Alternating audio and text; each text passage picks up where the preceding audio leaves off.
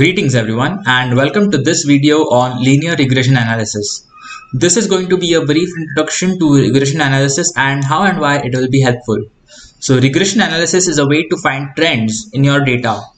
It will help you to find how predictor factor will influence a dependent factor. For example, if we have data about the amount of rainfall per year and we want to find out how much rainfall will happen this year or the next year or any other year in the future, just by simply looking at the data, sure, we might be able to guess it.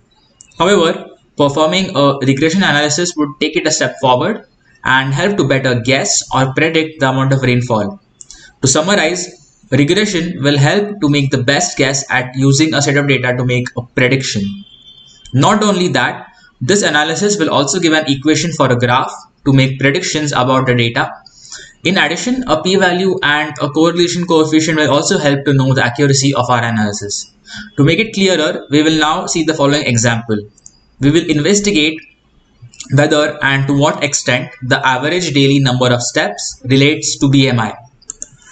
In this example, the dependent variable is BMI in this column, and the independent variable, which is the physical activity measured in the average number of daily steps in thousands, is in this column. So both of these variables are quantitative or numerical variables.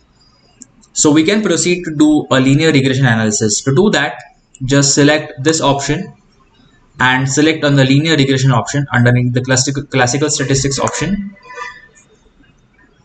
Check the BMI option into the dependent variable and the physical activity into the independent variable or the covariates box.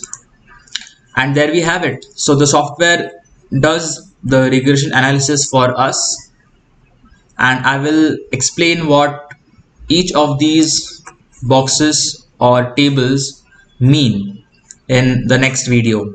So thanks for watching and I'll see you in the next video.